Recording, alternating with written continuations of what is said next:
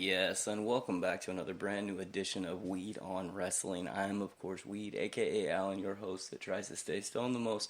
And here on Weed on Wrestling, I get super baked and talk about all the finer points in WWE. And today is, of course, Tuesday, May 2nd, 2017. So you know I'm talking about everything on that Smackdown Live.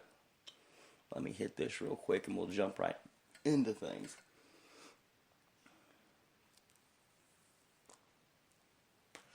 Alright, so you notice a little bit different tone in my voice, a little bit different recording setup, not even an intro today. I'm doing things old school. I got the mic plugged in straight into my phone here. I'm having to record in an upstairs, basically attic of a building because I'm not in Secondhand Studios at the Blunt Cave, but the show must go on, am I right? So Smackdown Live. Here's where we're at. This is what we know coming into the show. Jericho, he's coming to SmackDown Live. But for how long? I mean, yeah, we know that Fozzy, they're releasing a single. He's getting ready to go on tour with his band, Fozzy. So how long is he going to be champ? Owens, he's your number one contender. He is owed a rematch. However, AJ Styles is your number one contender for Jericho's U.S. Championship. And, of course, Baron Corbin has to fit somewhere into that equation. Moving on, though, we have Nakamura and Dolph Ziggler. They got beef, apparently. Will we actually get to see Shinsuke Nakamura in the ring, or are we holding off until the next pay-per-view? Because he has not yet graced us with his presence in the ring on SmackDown Live. The Usos, they're our tag team champs. Breezango, number one contenders for their crown of the tag team division. I believe that Naomi is still the women's champ. I don't really care since it's not Charlotte, so I can't get hyped about it. And then there's the WWE champ Randy Orton and the great heel work that is Jinder Mahal as Jinder keeps stealing his belt. And how is Jinder going to rise to the occasion this week? All that, plus more, and plus the bully commentary that we've all grown accustomed to seeing with the rest of the guys and with the back room and all that shit there in the SmackDown Live locker room. I mean, shit. At least it ain't... oh, shit. At least it ain't like a fucking 3-hour show this week. Raw, it gets to me after a while. It really does. That 3 hours of Raw, at either the first hour, the middle hour, or the last hour. It just fucking gets to me. Anyway, this show, SmackDown, let's talk about it. It kicks off with Jinder Mahal taking a bunch of photos. He's like in a photo shoot with Randy Orton's stolen belt. Alright, cool. Enter Shane McMahon to let us all know that tonight there's going to be a match set between Jinder Mahal and Sami Zayn. And then old Shane O'Mac himself, he takes back Randy Orton's belt. Cut to not even a minute later, Shane O'Mac walking down the ramp does not have the belt in hand. So he's already ditched the belt somewhere within those last 45 seconds. And he's got a microphone. And he introduces Chris Jericho. Holy hell, what a pop for Chris Jericho. I mean, the fans just come unglued. The show of Jericho. Smack it down, man. Alright, whatever. Okay, then. We get the rematch clause for later tonight as Kevin Owens wants his U.S. Championship belt back. Enter AJ Styles. He's letting everybody know that letting Jericho know that SmackDown Live is the house that AJ Styles built. It was a nice little back and forth banter. I mean, two of the greatest of all times going back and forth in a verbal joust. How could I be upset about that? And just about the time that Styles was about to be put on the list of Jericho, enter Kevin Owens. And Kevin Owens, he's putting in great heel work right now. He cuts a great promo where he basically just mocks everyone in the ring, including AJ Styles. Styles has enough of it, and has enough of Kevin Owens running his mouth and talking shit, and just basically goes after KO. As an opening segment goes, this was pretty good quality. Compared to last night, though, this is amazing quality. Thousands of times better than what we seen on Raw last night. And after his little altercations with Kevin Owens on the ramp, AJ Styles now banned from ringside later on in the match with Kevin Owens and Chris Jericho for that U.S. Championship. The first match of the night, however, is Sami Zayn versus Jinder Mahal. And you can feel the heat. It's almost palpable from all of the hatred that is this Mahal dude. He's getting fucking heat right now. I mean, damn, WWE, I gotta call out a good job on this one. It's been a while since I've seen a rise of a heel that is hated this fast. That much this fast. It's brilliant writing. And I'm gonna stop there. Because it's brilliant writing for from what I can see, is kind of a shitty in-ring technician. I mean, he's not that good. The continuation of Sami Zayn being jobbed out to bigger dudes, that's pretty much all his career has dwindled down to. And it was in full effect tonight. It was one of those things while watching, I'm just like, damn, I'll give Zayn credit. I mean, the dude can make a simple bump look like it's killing him. And his selling ability alone, it was definitely needed in the match tonight.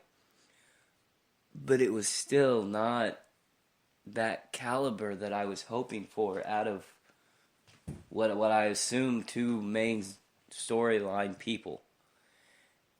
It was barely watchable. I mean, this Mahal dude is one more stiff-working, no-selling motherfucker. I thought Roman Reigns was bad, and then I seen this dude in the ring. Holy shit. I mean, yeah, he may look dominant, but how much of this ass-kicking is simply accredited to Sami Zayn's selling ability? Because there were times where the match, it just seemed rather bland. And it kind of seemed like it drug on for about 2 minutes too long. And yeah, we had JBL butchering the English language and stepping over every other commentator on the table.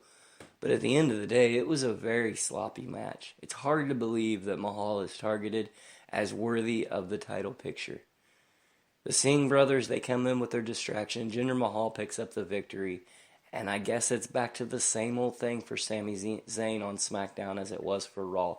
Because Zayn is getting buried on this show as well. Fuck, he must have stepped on somebody's toe or kicked a poodle or something. Yeah, I guess we're still going with this whole little snaky, sneaky, catty bitch angle with the women's division.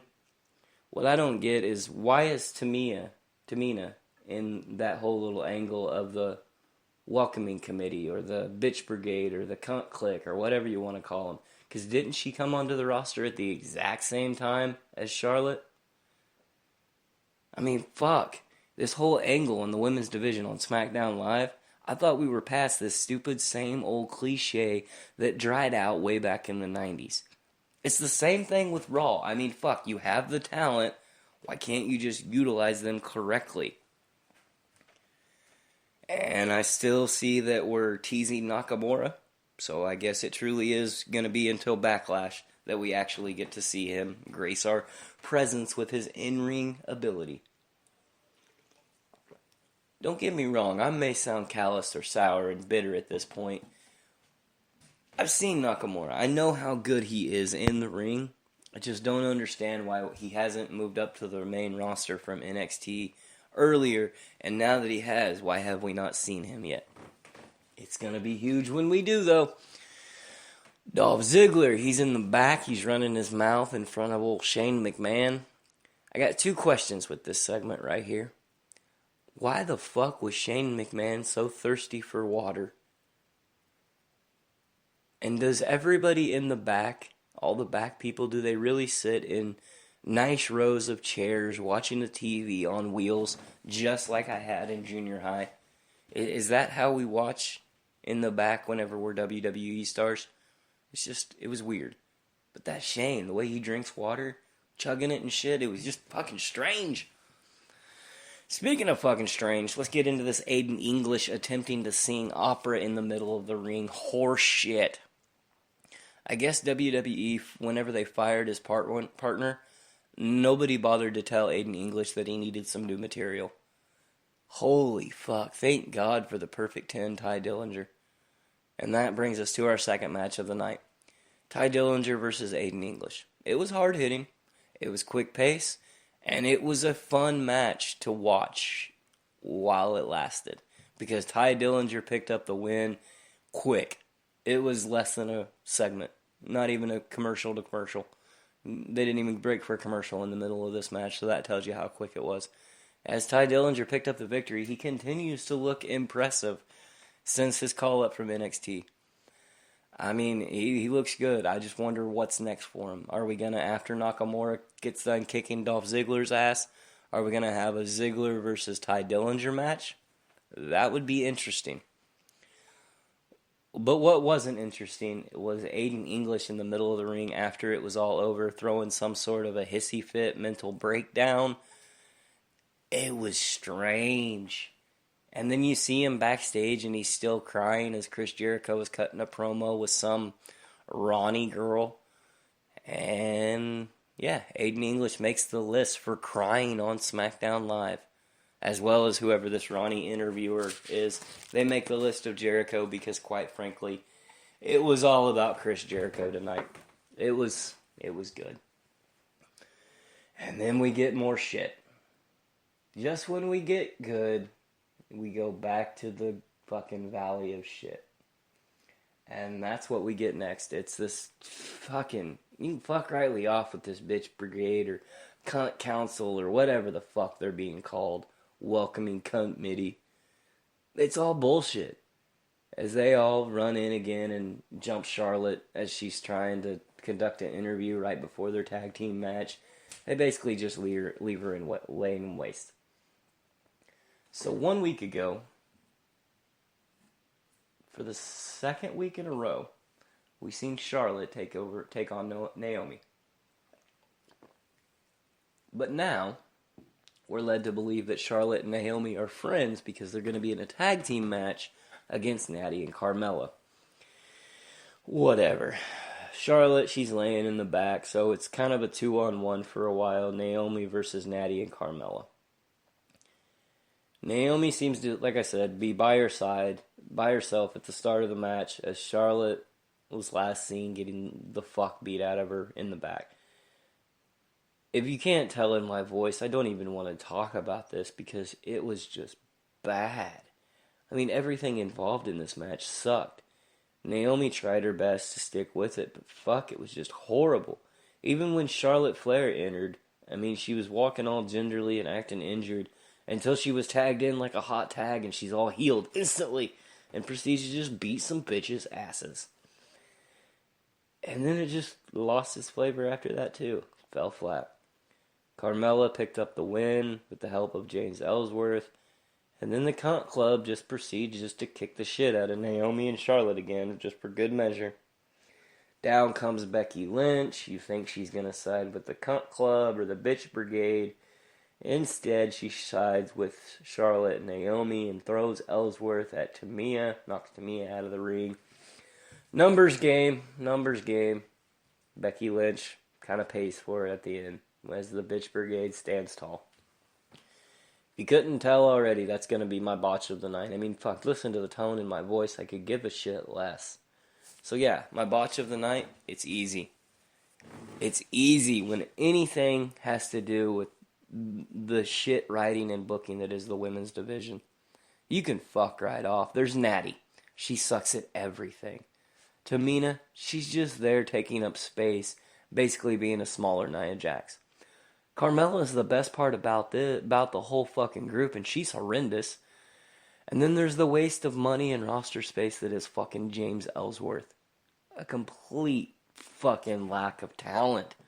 You can fuck off with every bit of this botch writing. So yeah, botch of the night, that fucking women's division. It's nice to see that we're still waiting for Kofi's ankle to get better. So we're going to wait for that until the New Day can get back. Cool. And then we get Baron Corbin. He's still on suspension for pushing a ref. So my what about me, what about Raven missing superstar of the night? It's actually rather a difficult one. I mean, no, we didn't have no Shinsuke Nakamura. No, our champion Randy Orton, he wasn't anywhere in sight. I mean, fuck, come on, SmackDown Live. Basically, where was the tag team division? Where was my champions, the Uso? Yeah, we got a great reference to them from that amazing promo work that was Breezango, Tyler Breeze, and Fandango. That was the only reference that there is even a tag team division on SmackDown. Just a 3-minute fucking vignette of awesomeness. Yeah, it was good, but come on. As you hear this chair squeaking in the background, no, that's not me. So yeah, my what about me, what about Raven, missing superstar of the night? How about my tag team champs, the Usos? They got one reference, but how does that do justice for the fucking champions? Then again, at least we got that video package from Breezango, or else most people would forget that the fucking tag team division even existed.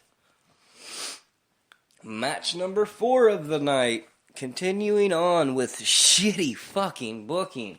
Holy balls. It was Dolph Ziggler versus Sin Cara. Yay, another shit match on a shit show for JBL to fucking butcher as he tries to form words into sentences. Man, this guy's struggle was real tonight. Anyway, right, the match. I gotta talk about the match. Let's see. Sin Cara, he got some weird fucking costume shit going on and some botchy fucking moves. And then we got Dolph Ziggler. He's just, being Dolph Ziggler. He gets into his familiar moveset and doesn't really stray far away from that. And he even looked rough, though. There was a couple spots where he just missed completely. But then again, I gotta blame Sin Cara for this match, about just how shitty of a spot fest it was. So yeah, the way that it ended, super kick, 1, 2, 3, it's over. Ziggler picks up the victory. Pointless fucking match. And then it happened. The switch to good got flipped. And the show turned around in an instant because we got to see fucking Tyler Breeze on screen. Maybe man crushing on the dude, but he's fucking talented. So fuck yeah, the Fashion Police segment, it shows up. Entertainment at its finest. So yeah, I'm like, give me some more moment of the week. Give me some more of this awesomeness that is the comedic side of wrestling. I mean, shit, it reminds me of the good old days with Edge and Christian and Kurt Angle and Stone Cold. It just reminds me of the good fucking days. So yeah, WWE, give me some more of this humor of Tyler Breeze and Fandango because it's bloody brilliant. I mean, the Windy Apple, as a reference to Chicago, he got caught jaywalking and Jimmy walking. Oh man, it was fucking brilliant. I laughed my ass off during this segment. So yeah, WWE, give me some more of that, please. Speaking of good, let's go into our number 5 match of the night, and it's the main event. It's the U.S. Championship rematch between Kevin Owens and Chris Jericho. Holy shit, what a match. I mean, fuck, just a couple of days ago, that's all we are removed from the great match that they had at Payback. And then 48 hours later, we're doing it all over again. Yeah, we had some of the same old crap here, but come on, it's worth it to see this kind of poetry unfold inside of a square circle. Yes, we had big bumps. Yes, there were quick reversals. And yeah, both guys were on point tonight. A great back and forth for a couple of near falls thrown in for good measure for the match. And yeah, it was good. And then the ending happened. And it went from good to holy shit, I'm watching it. I'm watching the end of Jericho. I don't know how I feel, man. Because that ending, Jericho, he seemed to be in control until he gets super kicked on the outside of the ring. DDT'd on kind of the concrete area of the outside, rolled back in, tries to take a cover that Owens does, gets kicked out, throws Jericho against the ropes, pop-up power bomb, 1, 2, 3, and it's over. Kevin Owens, he reclaims his U.S. championship. And I thought that was how the show was going to end. And then it didn't. Owens proceeds to come back down and just beat the fuck out of Jericho, throwing off officials in his wake. But here's my thing. If Baron Corbin got suspended for throwing an official last week, doesn't Kevin Owens need to be suspended this week for throwing an official like he did at the end? But yeah, it was a true beatdown that Owens gave Jericho on the outside. He just kept going back after an already injured Chris Jericho. And there was a couple of big spots on the outside. A couple of really big spots. And then we had that chair shot. Owens kind of wedges it in Chris Jericho's throat area. Irish whips him into the ring post on the outside. The legs open of the chair hit the ring post. Jericho's throat, face bounces off the chair. You can see a little bit of blood trickling down. I think he bit his tongue maybe. But yeah, that's how it ended. Jericho laying in waste as Owens is your new U.S. champion. What a fucking end to a show. My overall feelings and thoughts afterwards, I'm kind of in awe and disbelief. Because one would have to assume that this is the end of Jericho. Think about it, man. He's got to go off. He just got done recording a new album with Fozzy. He's going on tour, promoting it. And the man is old. He doesn't have anything else he needs to accomplish in the WWE. Is this his final farewell? His goodbye of a sort? Man, I don't know. The actual show, it sucked. I mean, it was a waste of time. We had shitty matches like the Dolph Ziggler-Sin Cara match or even the Aiden English versus Ty Dillinger waste of time. And then you can fuck off when it comes to the women's division writing. And then we just completely, like the absence of the tag team division here. I get it, Smackdown. It takes time to build proper feuds and proper angles. And it can be great. And it just takes time, and I get that. But come on. But then it ended. And I can't be mad at a whole show with an ending like that. It may have been an hour and a half of crap with a half hour of, icing on top. That icing was so good, though, that it makes me forget about the crap.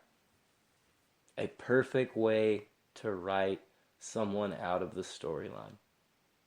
Like I said, Jericho going on tour with his band Fozzy, he needed a reason to be written out, and this is perfect. This right here was just perfection. Jericho gets to keep his place among the all-time greats without looking any weaker, leaving, while Owens gets all of the heat and all of that heel work for being the champ again, more so injuring and possibly ending the Y2J career. Holy shit. And when you think about it, with Jericho leaving, they're going to need somebody to be the face of America that everybody in the crowd can get behind. And who just happens to be in the process of turning face? AJ Styles. So could we have a Kevin Owens, AJ Styles feud in the future? Where does Nakamura fit into all this? How about Baron Corbin? Is Orton still champ? Is he even a member of Smackdown? Are they going to give the belt to Mahal, only for Mahal to lose it again to Rusev come SummerSlam? There's a lot of questions I have, but that is why I tune in. That and that fucking ending to the show. Holy shit, was it brilliant. That chair shot alone. Holy shit, that's all I can say for that chair shot alone. Jesus. That's about a good time to wrap up. That's about all I got for this evening. There isn't going to be an outro or anything like that today because, like I said, I'm kind of barely getting by with what I got as it is. So let's just go ahead and end it there. I've been Weed, aka Alan. You've been listening to Weed on Wrestling. I appreciate it. I'm going to try to get even more super baked. Talk about some 205 Live and some NXT come Thursday. I said it. That's right. I'm going to do both of them on Thursday because I'm taking the day off tomorrow. I got shit I got to do around my old place. So, yeah.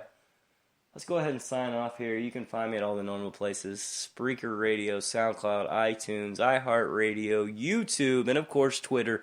The handle is at Weed on Wrestling. That's Weed on Wrestling, all one word. You guys take care of yourselves. Take care of each other out there. And again, I've been Weed, a.k.a. Alan. What do you say we get the fuck out of here? Peace.